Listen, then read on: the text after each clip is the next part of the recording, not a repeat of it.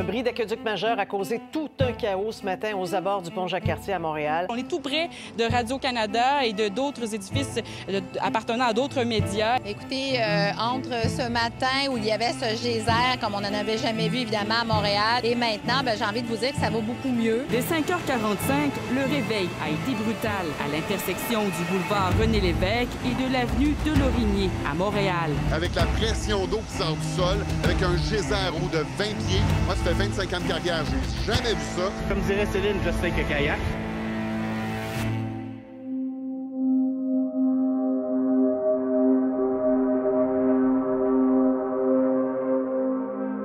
Montréal est en alerte présentement. Je ne sais pas si c'est les changements climatiques ou la malchance. La semaine dernière, on a eu des grosses inondations un peu partout, plus sur la rive nord. Tous ceux qui avaient des garages qui étaient plus bas que le niveau du sol, c'est-à-dire des garages qui rentrent par en dessous, tout le monde a été inondé. Et ce matin, juste en dessous du pont Jacques-Cartier qui est là, il y a un aqueduc qui a explosé. Malheureusement, je l'ai su trop tard parce que j'aurais sauté sur mon Bixi pour sauver un petit peu d'empreinte carbone. Ce matin, partout autour de moi ici, il y avait assez d'eau pour faire bouger des véhicules. Ce que j'ai cru comprendre, c'est que toutes les personnes qui habitent autour ont perdu le courant. Ils ne doivent pas avoir d'eau parce qu'ils ont dû couper l'eau pour que le méga geyser arrête en plus, on est juste derrière la ronde. La ronde est juste derrière moi, fait que c'est comme s'il y avait une deuxième pitoune à la ronde. Il y a beaucoup de policiers et de banderoles oranges qui nous empêchent d'atteindre l'endroit exact où le geyser a fui, mais je vais essayer de me rapprocher le plus près possible de l'épicentre pour aller jaser avec les gars qui travaillent à la ville, pour essayer de comprendre quoi ce phénomène-là des aqueducs qui brisent en plein mois d'août.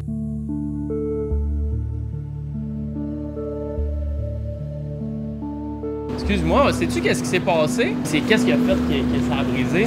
J'ai aucune idée. Malheureusement, c'est fermé. De toute façon, t'as vu avec les images, là? Ben, j'ai vu un peu, mais c'est parce que j'aurais aimé ça. Moi, je suis journaliste indépendant sur YouTube. Ouais. J'aurais aimé ça aller jaser avec les gars qui travaillent là-bas. Puis, ben, pas par là. Sinon, faites le tour par l'autre côté. Je peux absolument pas vous laisser passer. Ouais, je comprends. C'est bien correct. OK, merci beaucoup. C'est quoi qui s'est passé exactement? Je ne pourrais pas vous répondre. Même moi, je suis pas au courant encore. Ça y a quelque chose qui a explosé? Désolé, je ne peux pas répondre. Je sais pas. C'est pas? OK. Bon, ben j'ai réussi à parler avec un gars. Il y a un casque bleu. Je sais pas si les casques bleus, c'est plus haut que les casques blancs. Mais je pense qu'on est dans la théorie du complot. Il n'y avait pas l'autorisation de me répondre. Fait que d'après moi, il y a quelque chose qu'ils nous disent pas. C'est de quoi? Ils voulaient que le monde autour ici, il n'y ait pas de courant, il n'y ait pas d'eau. Non, honnêtement, je niaise. D'après moi, ils savent juste pas vraiment encore. J'aurais aimé ça qu'ils viennent me parler. Il était fucking froid.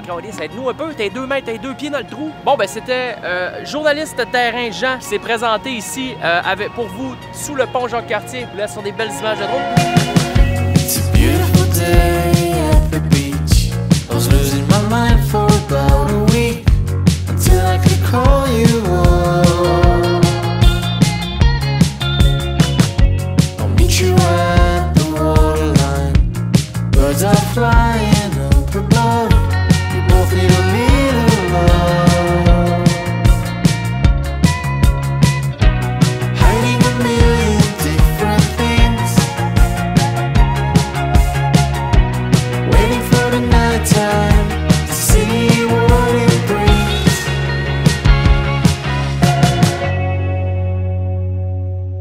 Ils sont chanceux, eux autres.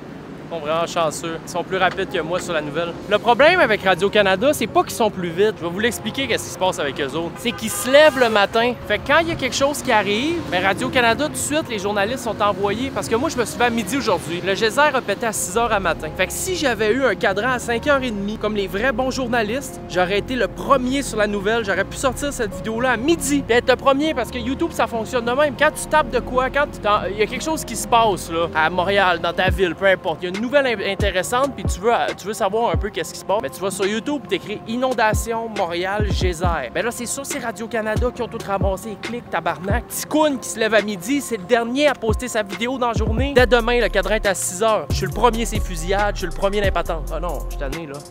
Chris, ça a été le dernier dans tout aussi, là.